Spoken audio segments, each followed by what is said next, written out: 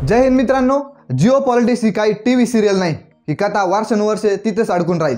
इकडं तर एका क्षणात सीन बदलतो। फक्त 2 महिन्यापूर्वी चीनला झालेल्या एससीओ डिफेन्स मिनिस्टरच्या मीटिंगमध्ये पहलगाम हल्ल्याचा उल्लेखही झाला नव्हता, म्हणून राजनाथ सिंह यांनी जॉइंट डिक्लेरेशनवर सही नाही केली।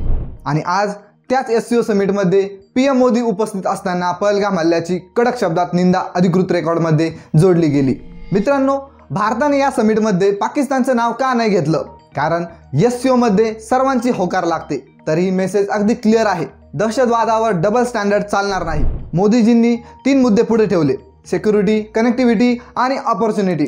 RATS नावाच्या संस्थेमार्फत मिळून टेरर, सायबर क्राईम आणि ड्रग तस्करीवर ॲक्शन आणि बेल्ट अँड रोड इनिशिएटिव्हवर स्पष्ट अट आणि संप्रभुतेचा आदर अनिवार्य।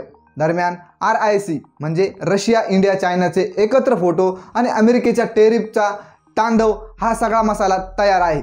चला तर आता हे स्टेप बाय स्टेप समजून घेऊया।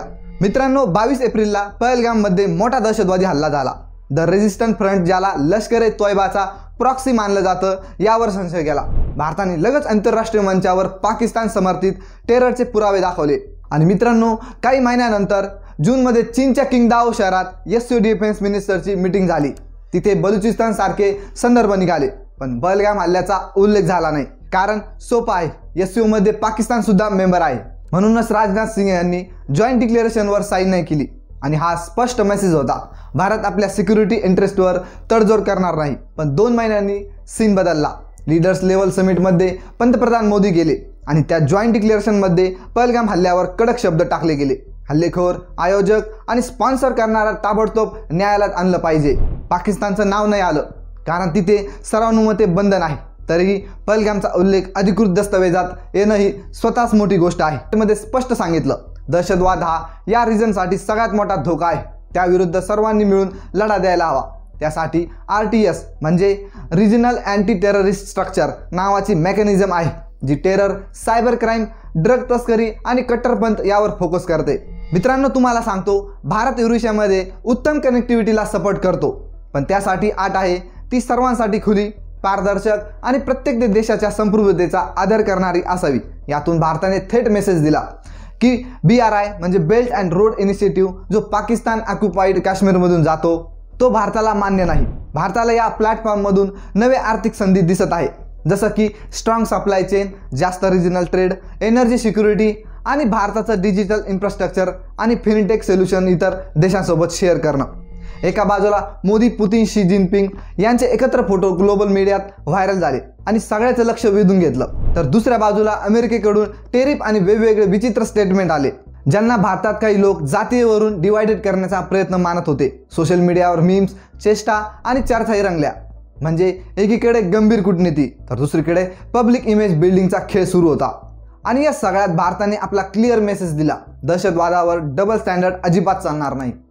मित्रांनो, एससीओ मध्ये 9 मेंबर आहेत: भारत, चीन, पाकिस्तान, रशिया इत्यादी।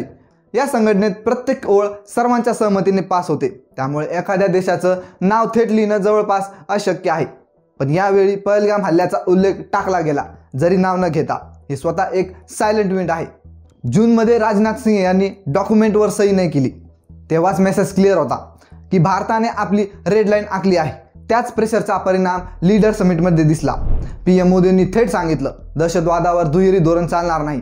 म्हणजे जे समोरून कडक शब्दात निषेध करतात आणि मागून सपोर्ट देतात, त्यांना आरसा दाखवायचा होता। RATS म्हणजे रिजनल अँटी टेररिस्ट स्ट्रक्चर, या मेकॅनिझमद्वारे intel sharing, watchlist, joint exercise यांना प्रत्यक्ष ग्राउंडवर आणण्याची चर्चा झाली। मित्रांनो, भारताची 3 लाईन पॉलिसी अगदी साधी आणि क्लिअर आहे: कनेक्टिव्हिटी हवीच, पण चांगली हवी, ट्रान्सपरंट असावी, म्हणजे कुणालाही कर्जाच्या जाळ्यात अडकवणारी नको, सॉव्हर्निटीचा आदर झाला पाहिजे। या पॉलिसीचा अल्टरनेटिव्ह भारत दाखवतो: Chabahar port, north south corridor आणि आपलं डिजिटल इन्फ्रास्ट्रक्चर, जसं की UPI, आधार, ONDC।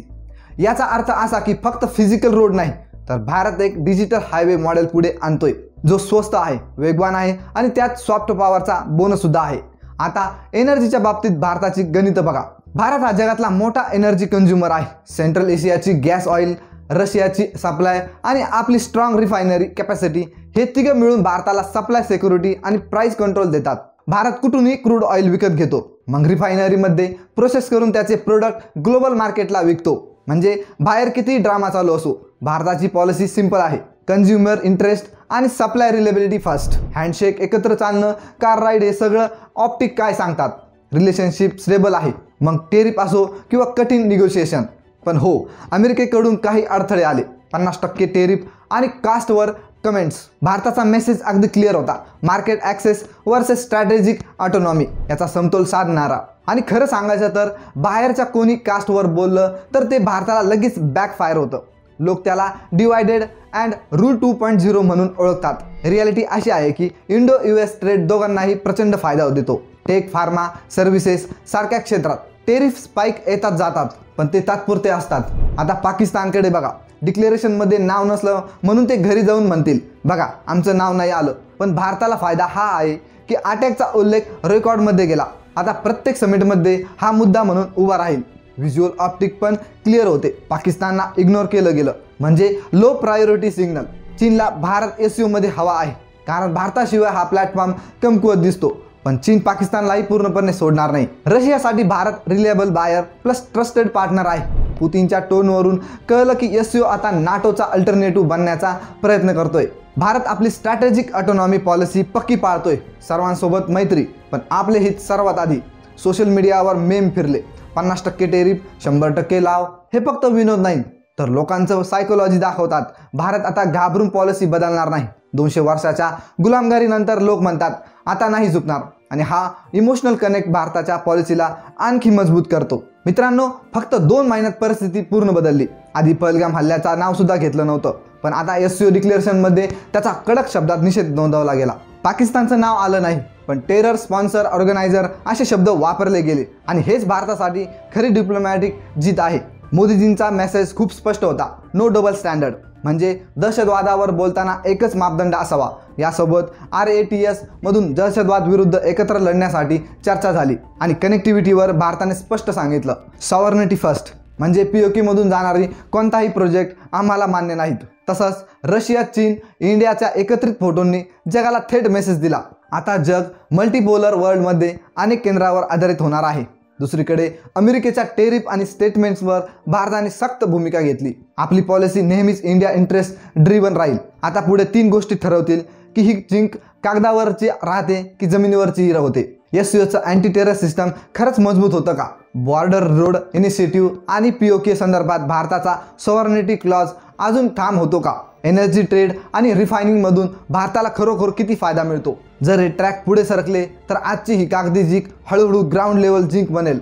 आणि हो, आपल्याला आतून प्रत्येक डिवाइड करण्याच्या प्रयत्नाला शांत डोक्याने डेटा आणि लॉजिकने उत्तर द्यायला लागेल. मित्रांनो, जर तुम्हाला हे स्टेप बाय स्टेप सोपं समजावणं आवडलं असेल तर व्हिडिओला लाईक करा, मित्रांसोबत शेअर करा आणि कमेंट्समध्ये नक्की सांगा नो डबल स्टँडर्डमध्ये तुम्हाला सर्वात दमदार काय वाटलं. रिजनल अँटी टेरर स्ट्रक्चरचा मुद्दा, कनेक्टिव्हिटीची आट की रशिया, इंडिया, चायनाच्या फोटोमधून आलेला मल्टीपोलर मेसेज.